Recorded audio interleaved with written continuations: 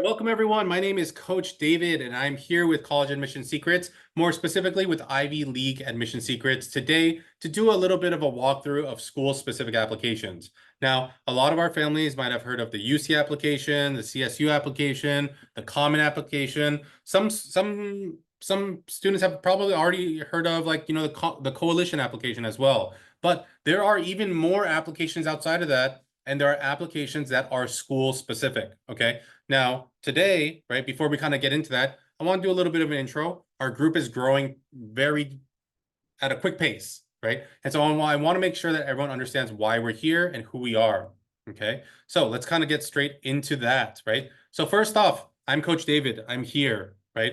I'm wearing a hat, but my hair does look kind of like that, okay? I went to the Claremont colleges in Southern California.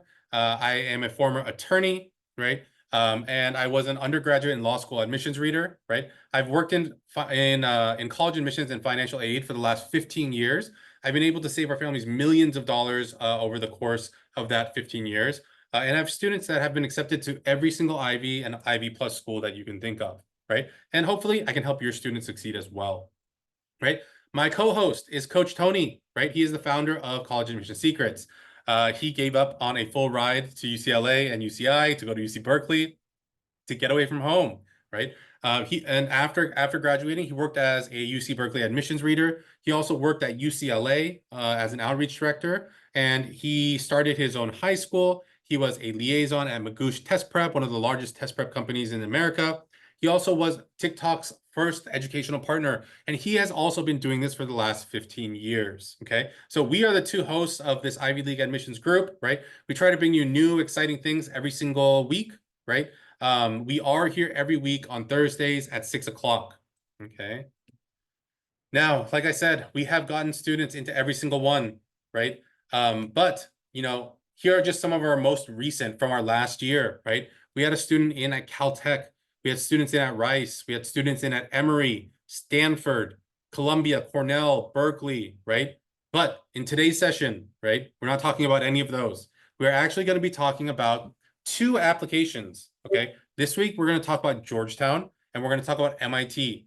Now, for students that are in the kind of application process already and are thinking about applying to these schools, you might have been like, oh my God, obviously they're not on the UC application. And when I try to search their names in the Common application, I just cannot find them, okay? If this is you, the reason why you cannot find them is because they are not there. They have their own applications on their own websites, okay? So let us start off with Georgetown and do a little bit of a walkthrough of exactly what you're going to need in order to do the Georgetown and MIT applications. So we will start with Georgetown, okay? So with Georgetown, right, let's talk about some basics, okay? So the deadlines for Georgetown are for early action, it's November 1st, right? And regular decision, it's January 10th, okay? Now, Georgetown is very, very particular about their early action restrictions. Now, for those that have no idea what I'm talking about, I am going to do a little bit of a summary of what each one of these ones are, okay? So realistically, there are 4 types of early processes for college admissions. There is single choice early action, restrictive early action, there is early action, and then there's early decision. So there are 4 different possible ways that you can apply to a college. Now, having said that, not every single school has all 4 of those. Some of them just have 1, others might have 2, right? It just depends on each school. So you have to look into each school to see what they have, okay? Now, we'll start with early decision. Early decision is the easiest one to understand. Early decision is when you apply by, usually it's November 1st, right? But some schools are a little bit earlier, right? But you apply by November 1st, and then you get a decision by the middle to late December, okay? Now, if you are accepted, that means that you must go, right? The student, you have signed an agreement saying that you will go. Your parents have also signed an agreement that they will send you, and your counselor has also sent in a signed form saying that they will send the information to that particular school, okay? Now, early action is a little bit different, okay? Early action means that you apply early, same thing, November 1st. You get a decision by the middle to late December, right? But you can look at the rest of your rest of your decisions before you make a decision, usually by May 1st. Okay. Now we have these very difficult ones. They're called single choice early action and restrictive early action. The terms are very interchangeable, right? I'm in California, and in a school that has restrictive early action slash single choice early action is Stanford. Okay. Now, what does that mean? So the timeline is exactly the same. You apply by November 1st. They tell you by around the middle to the end of December. Okay. But why is it different, right? Now, look at the name. It is restrictive early action or single choice early action. The single choice gives you a little bit of a hint. So the restrictions state if you are applying single choice early action or restrictive early action, that means that you can only apply to our school early. You cannot apply to any other school's early decision. The only exception is if you're applying to your own home state school early action or early action. Okay, so the restrictiveness of single choice early action or restrictive early action is just as extreme as early decision, but they're saying, well, you don't have to come if you don't want to, right? Now, Georgetown has another kind of like iteration of early action because they have restrictions on their early action, and here's what they are, okay? Now, under Georgetown's early action policy, you obviously apply by November 1st, right? You get your decision back by, middle of December, right? But you are also not allowed to apply to any other college's early decision, right? Basically, you cannot commit yourself to an early decision and apply to Georgetown early action, okay? That's one piece, right, of the puzzle. The second piece is this. Georgetown tells us explicitly on their website that all students will either be accepted during this decision process or deferred to the regular decision pool. So they're basically saying they're not going to reject anyone, okay? Everyone's a little bit different in how they do this. Stanford's the opposite, right? Stanford actually says you will be accepted or rejected or deferred, right? But realistically, Stanford only accepts and rejects, okay? So that's something to keep in mind, okay? So these are some basics about the timelines and about the different ways that you might be able to apply to Georgetown, okay? Now, first off, where to apply? It's on the Georgetown website. I put the website up here. No one's going to remember that because there's a bunch of numbers after that, but basically it's on the Georgetown website, okay? It is this first page, right? This is what the first page looks like, okay? This isn't the first page after you log in, though. So Georgetown is a little bit different, okay? And the reason why it is different is because this, right? So in order to get to the next steps of the application, you actually need to pay for, like, you put in all your personal information, where you went to high school, all these different things, and then it takes you to a payment portal all the way at the end, okay? And then you have to pay to move on to the next part, which has the most important parts, which is the additional required information section. So we're going to take a look at what is in there, right? So in this section, you're going to tell them about your grades. You're going to tell them about your activities. You're going to tell them who's sending your letters of recommendation. You're going to put in your essays. There's going to be a mid-year school report and a secondary school report. These last two things are things that your counselor will be doing, okay? But I wanted to focus on a few sections of this application, okay? The first one is the letter of recommendation, okay? Now, for Georgetown, they only ask for one, okay? That's it. You can't even turn in any more. You can only turn in one, but Georgetown is very specific in who they want to hear from, right? So they break it down by school. There are 5 different, or 1, 2, 3, 4, 5, yes. There are 5 colleges at Georgetown. There's the Georgetown College of Arts and Sciences. There's the business school, right? There's the School of Health, the School of Nursing, and the Walsh School of Foreign Service. Okay, there's 5 schools. But depending on which one you're applying to, the recommendation that you will need is very different. Okay, so the first one, Georgetown College. If you're applying to Georgetown College and you're applying as a science major, that means that you need to that means that you need to have your science or your math teacher turn something in for you. Okay, and another thing is that it needs to be from your junior or senior year, right? It must. It's not, it would be preferred, it's must. Okay, so that's what you need to do for sciences. If you're going to study a language at Georgetown, right, you need to get your letter from your foreign language teacher.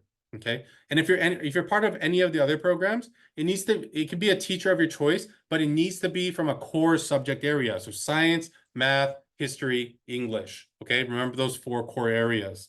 Okay. For the School of Business, they ask for a math or social science teacher. Okay. For the School of Health, they ask for a science or a math teacher.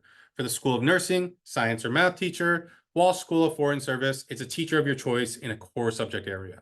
Okay. And again, remember, this school is very different because they make it, they require it to be from a junior or senior year teacher. Okay. So there might be some people out there thinking right now, oh my gosh, I'm not that friendly with my junior year teachers. And I don't even know my senior year teachers right now. Right. Then it's like, okay, well, we need to get friendly really soon, or we need to get friendly with the teachers that you had last year. Okay. So this is something to keep in mind. Okay. Now, I also did want to go over the essays as well. Okay. So there are going to be multiple essays that you need to do for these schools. Now, luckily, right, a lot of these schools that have these kind of like separate application systems like Georgetown or MIT, right, these schools, their main essay, right, is very similar to your Common App essay, right? So let's read this over. It says, as Georgetown is a diverse community, the admissions committee would like to know more about you in your own words. Please submit a brief personal or creative essay which you feel best describes you and reflects on your personal background and individual experiences, skills, and talents, right? So it's like, well, tell us a little bit about you and the things that you enjoy and the things that you like, right? It's very similar to the Common App, tell us about your background, right? So this part is going to be very similar. The part that changes pretty drastically is this next part, okay? Now, I was going to type this all out, but I decided that it's just better to put it on this page. Okay. Now, there is another essay that you need to write. Okay. And this will also be dependent on which college you are applying to. Okay. There's a separate one for the College of Arts and Science, separate one for the School of Nursing, separate one for School of Health, right? Separate one for Walsh School of Service, right? Foreign Service, right? And separate one for business. Okay. So again, right? There are supplemental essays, even if it is a separate application. Okay. So for the arts and sciences, let's see what the question asks. It says, describe your interest in studying at College of Arts and Sciences. Applicants interested in the sciences, mathematics, or languages are encouraged to make specific reference to their major of choice. So basically this question is, why do you want to come to our school and why do you want to study your major? Okay. So again, you need to interpret a little bit. Okay. You need to be able to see through the lines, see what they're really asking for. For the School of Nursing, it says, Georgetown's nursing is committed to formation of ethical, empathetic, and transformational nursing leaders. Describe the factors that have influenced your interest in studying nursing at Georgetown. Again, this is why nursing and why Georgetown, right? Like for the School of Health, it's basically the same question, right? You see a repeating pattern here. I definitely do. Describe the factors that influence your interest in studying healthcare at Georgetown, specifically addressing your intended related major, whichever one it is, right? For the Foreign Service, describe your primary motivation for studying international affairs at Georgetown and dedicating your undergraduate studies towards a future in global service, right? So all these questions are exactly the same. Let's look at the last one before we talk about it. Describe your primary motivation for studying business at Georgetown. It's all why, right? Why Georgetown and why your major, right? But there's a slight kind of twinge on every single one, right? This one is at the College of Arts and Science, right? The Foreign Service School, it asks about like, towards a future in global service. So there is a twinge kind of like a tint that is given to each of these questions, but literally they could have said, why do you want to go to the specific college and why you want to study your major? And they could have covered everything, but they decided to make it complicated. Okay. So keep that in mind, right? Now, takeaways from Georgetown, right? Georgetown has some very, very specific requirements, okay? You need to make sure you understand them before you take this on. And one of the things that is very scary for a lot of people about Georgetown is that you have to pay for your application before you finish it, right? So a lot of people are like, oh, like, what if I started and I don't want to apply? Well, that's a risk that you're going to have to take. If Georgetown is on your school, that is the order of what needs to happen. You fill out your personal information, you pay, then they send you the secondary parts that you can fill out. Okay. Now, before we go into MIT, a quick word from our sponsors, right? Our first sponsor is College Admission Secrets. Okay. Now, last week too, I introduced college essay service for the class of 2025, right? We no longer have college application intensives available, right? We are completely sold out. For the next 6 weeks, I will be traveling, right? I'll be traveling to San Diego. I'll be traveling to Long Beach, LA, San Jose, right? What are the other ones? I think there's another Orange County, but like I'll be traveling all around California for the next 4 or 5 weeks. Okay. But if your student, right, has kind of shown that they're having a problem with their writing, right? They said that they've been starting their essays, but they have nothing written, right? This is a very critical time for your student to make sure that they stay on track. Okay.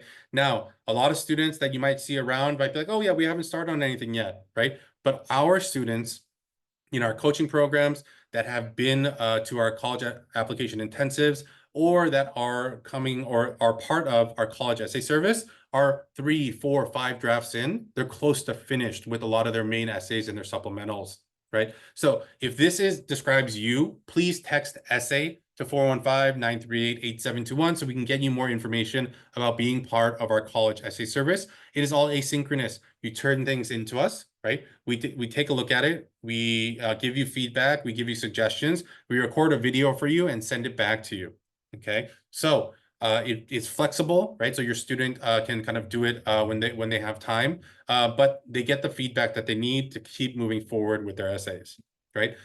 Our second sponsor is Financial Aid Secrets, right? Now, I don't think there's one person, doesn't matter how much money you make, that wants to pay full price for college, right? If you don't want to pay full price, please sign up for a consultation, right? If you think you make too much money, please sign up for a consultation. If your neighbor told you that you're not going to get anything, please sign up for a consultation, right? Basically, if you are a junior right now, you should sign up for a consultation. If you are not a junior and you're a younger student, then you should sign up for a consultation because it's best to start early in preparing, okay? And I'll put those links at the end once we get there, okay? All right, so back to our training now, right? Let's talk about MIT, okay? Now, MIT, let's talk about the basics, right? It's very similar. Their early action is November 1st. The regular decision is by January 6th, right? Early action at MIT is very simple. It does not have any other restrictions. All they ask is that you follow the restrictions of any of the other colleges that you're applying to. So they kind of hand off the responsibility to everybody else, right? But MIT is very simple. You apply early action, right? If you're in, you're in. If you're not in, you're not in. If you're deferred, you're deferred, right? That's how it works as far as their early processes, right? Now, where to apply, right? This website's a lot easier. It's just apply.mitadmissions.org/portal/apply, okay? Now, one of the things that I do want to talk about here is, well, Georgetown already has their application available. MIT, their application is not going to come out until September 15th, okay? But it's very similar, right? And I've looked it over before, right? And so I'm going to tell you about the differences. I'm going to tell you about the kind of essays so that you guys know exactly what to be looking forward to on the MIT application, okay? Now, these are the sections that are going to be in the application for MIT. There's a general information section where you talk about, your birthday and your name, like where you live, all your addresses, all these different things, right? There's also going to be an essay section. There will be an activity section, an academic section, letters of recommendation section, secondary school report that's done by your counselor, your high school transcript that'll be sent by your school, SAT and ACT. You will self-report, but you also do need to send it yourself. And then February updates, they call it. Basically, it's a mid-year report that schools send out after they have that your high school send out after you have your first semester grades completed.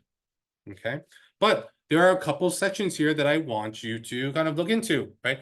Like the Georgetown application, let's talk about letters of recommendation. The MIT suggestion is one STEM teacher and one humanities and social sciences teacher, right? So, right, if you are confused as to what constitutes like math or science or humanities or social science, they actually gave you a very nice grid here of the different areas that could be math or science, or that could be humanities, social science, right? So the first area, math, biology, chemistry, physics, earth science, environmental science, computer science, engineering, technology, and science research, right? So like a class like AP research might be that, okay?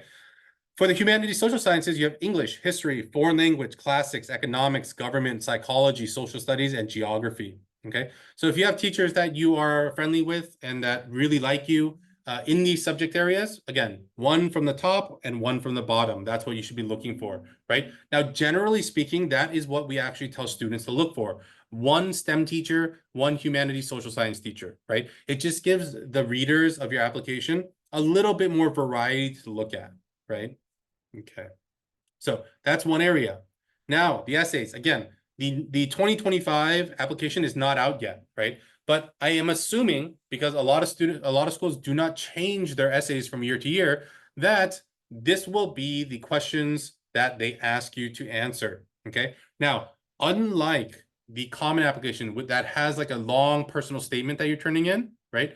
They ask these 1, 2, 3, 4, 5 short answer questions. Okay. They're anywhere between 100 and 200 words long, right? So the first one is, what field of study appeals to you the most right now, right? Again, tell us more about why this field of study at MIT appeals to you, right? One of the things that we talked about, I think it was like 4 or 5 weeks ago, is the why questions. Why your major and why our school, right? So if you didn't see that one, it might be time to go watch that replay, right? There should be if you're in our Facebook group, there should be like, do you want the replay post about that, right? If you're in our coaching families, you can find that in Kajabi, right, on our website, right, under the Ivy League admission secrets. It should be titled something about why, okay?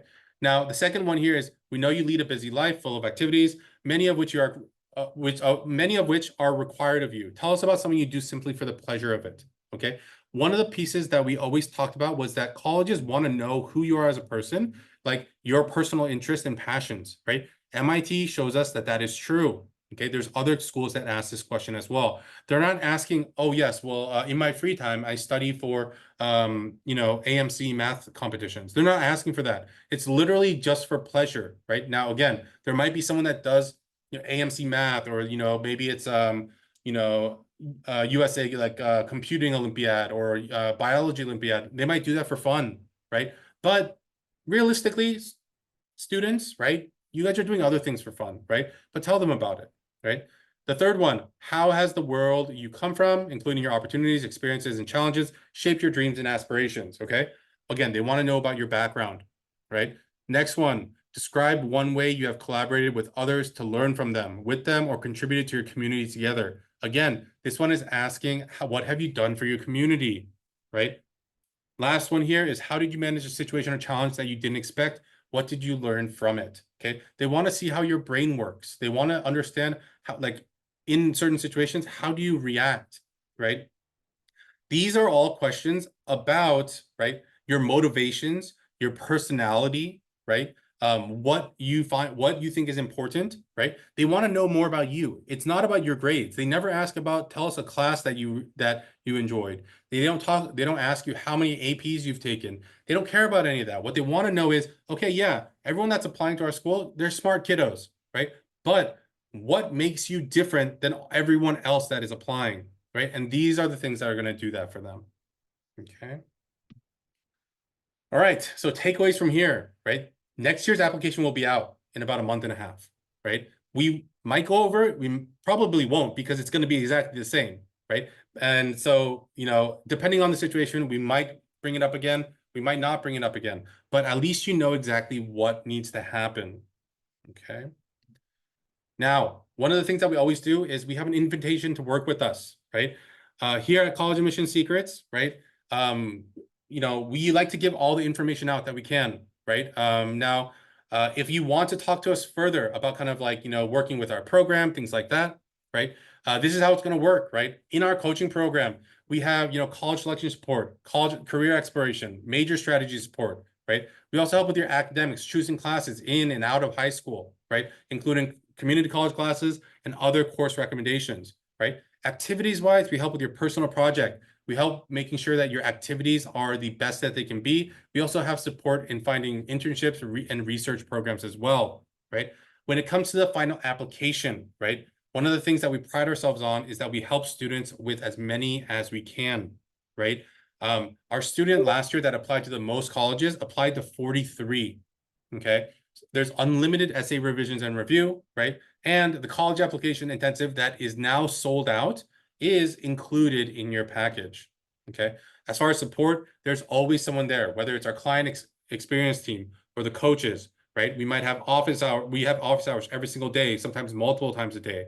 And we also have trainings, and we have a lifetime access guarantee that you will basically, from whenever you start all the way until you basically graduate from high school. Okay. Now, I'm going to go ahead and put the links in the chat for our families to talk to us at Financial Aid Secrets.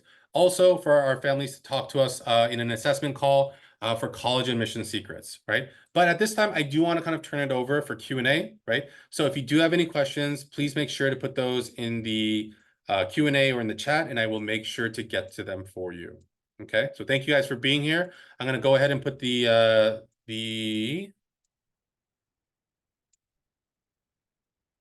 links in the chat here so that you guys can sign up for either a financial aid consultation or one of our assessments so you can talk to our advisors, right, about our different programs, right? So the top one in that message is for financial aid. The bottom one is for an assessment to talk to our team about our coaching programs, okay?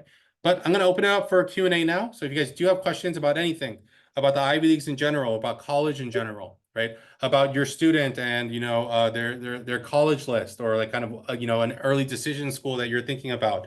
Anything and everything is available to be asked. I am an open book. Okay. All right. So we'll just wait on questions for a little bit. Once again, if you are interested in talking to our team about our coaching programs, this is the link here, right? And if you are interested in our financial aid program that can save you tens of thousands of dollars a year, you can book that one here. Okay. All right, I'm not seeing many questions. It's a quiet crowd today. It's been a little hot where I am. The air conditioner has been on all day. I think today was around 95, right? So pretty hot for even the area that I'm in. But again, this weekend I will be headed down to San Diego for our college application intensive. I know that some people are going to be there, right? And so hopefully we get to see each other for the first time in person, right? I believe there is also a VIP event happening for our families, right? So if you're going to be there, I'm going to make a guest appearance because I wasn't supposed to be there, but my flight's actually arriving early. So I'll be there with Coach Art and Coach Tony to answer any questions that you guys have. It says, I've observed that experts in college admissions tend to focus on STEM majors. Are you planning any training webinars for humanities majors? For instance, we visited Georgetown for law school. I feel that it doesn't get the attention it deserves. So we actually don't focus on STEM at all. It's just that a large majority of students are actually STEM students, right? It's just kind of how the admissions has kind of changed. And it's also kind of the flavor that, the modern student has decided that they want to take, right? I actually studied political science and I went to law school, right? So this wasn't necessarily a training based on STEM.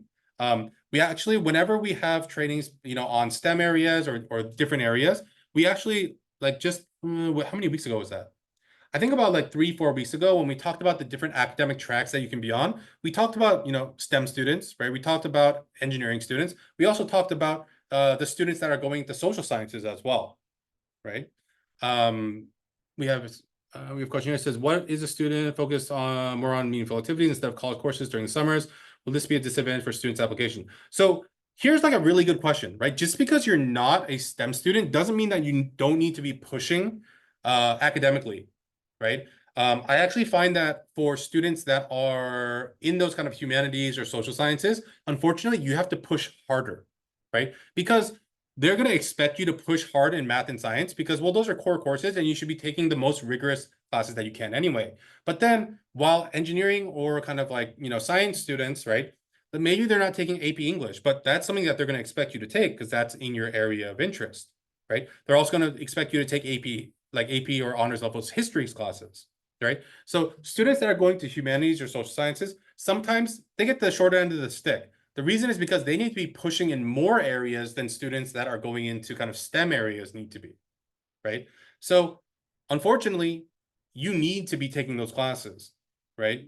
But having said that, right, if you have to choose between like once in a lifetime opportunity to do a meaningful activity in the summer class, right, then I always choose that once in a lifetime opportunity, right? So it just depends on what it is, right? So a lot of our families have those questions of like, okay, so what's better in this summer, to do this or do this? And it's like, well, no, we have a totem pole of different things that we could possibly do. And then we have backup plans, right? And the backup plans need to be secure, right? So for a lot of our students, what the backup plan ends up becoming is like taking college classes during the summer, because it is it's the easiest thing to kind of secure for us, right?